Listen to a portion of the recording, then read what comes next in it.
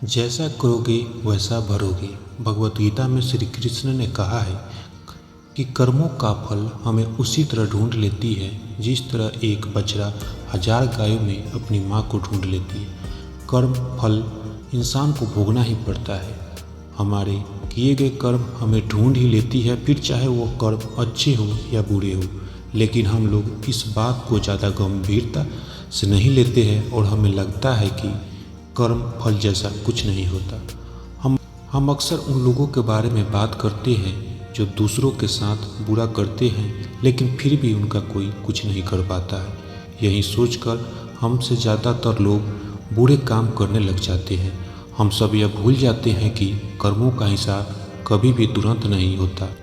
किसी के साथ बुरा करने वाले भले ही आज सुखी हो, लेकिन कभी न कभी उसे उसके कर्मों का फल भोगना ही पड़ता है।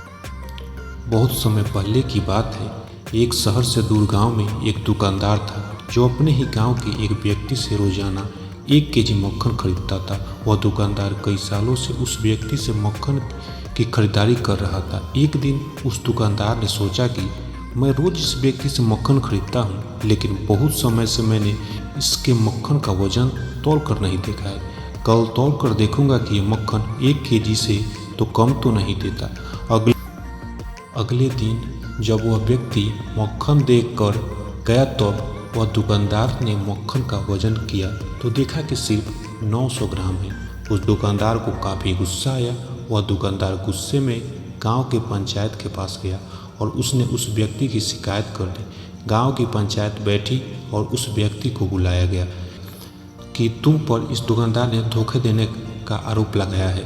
तुम इस दुकानदार को देने वाले मक्खन में हेरा फेरी करते हो और हर बार तुम इसे 1 केजी मक्खन के जगह सिर्फ 900 ग्राम देते हो।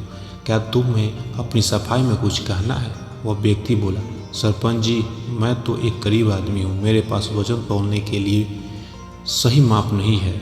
मैं रोज़ इस दुकानदार से अपने लिए 1 किलो गेहूँ खरीदता हूँ और अगले दिन उसी गेहूँ को तराजू के एक तरफ रख कर इस दुकानदार के लिए मक्खन तौलता हूँ।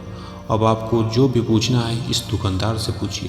पंचायत में बैठे सभी लोग को पूरी सच्चाई समझ में आ गई और उन्होंने इस दुकानदार को गांव से बाहर करवा दिया। यह छोटी सी कहानी हमें यह बात सिखाती है, जैसे कर्म हम करेंगे उसका रिजल्ट भी हमें वैसा ही मिलेगा। हमारी चालाकी ही हमारा नुकसान कर देती है। ठीक है, हम जो भी दूसरे को देते हैं या दूसरे के साथ जैसे भी व्यवहार करते हैं वह भी कभी ना कभी लौटकर हमारे पास ही आता है। किसी के साथ अच्छा करोगे तो आपके साथ भी अच्छा ही होगा।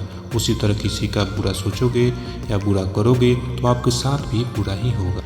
जिससे दुकानदार को अपनी ही चालाकी से नुकसान झेलना पड़ा, उसी तरह हमें भी अपने कर्मों की वजह से कभी ना कभी नुकसान झेलना ही पड़ता है। दूसरों के साथ हमें बुरा करके हमें 1 या 2 या 10 बार बच सकते हैं, लेकिन एक ना एक दिन उसका परिणाम हमें भुगतना ही पड़ता है।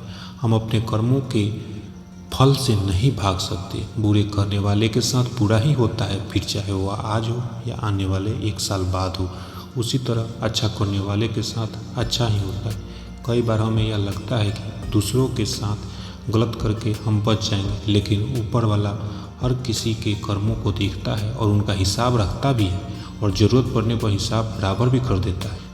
इसलिए कभी भी गलत ना करो और ना ही कभी यह सोचो कि उल्टे सीधे काम करके हम बच जाएंगे। ज़िंदगी को बेहतर तरीके से जियो, ईमानदार बनो। ज़्यादा कमाने या फिर सिर्फ अपना ही फायदा के देखने के चक्कर में किसी के साथ गलत कभी ना करो।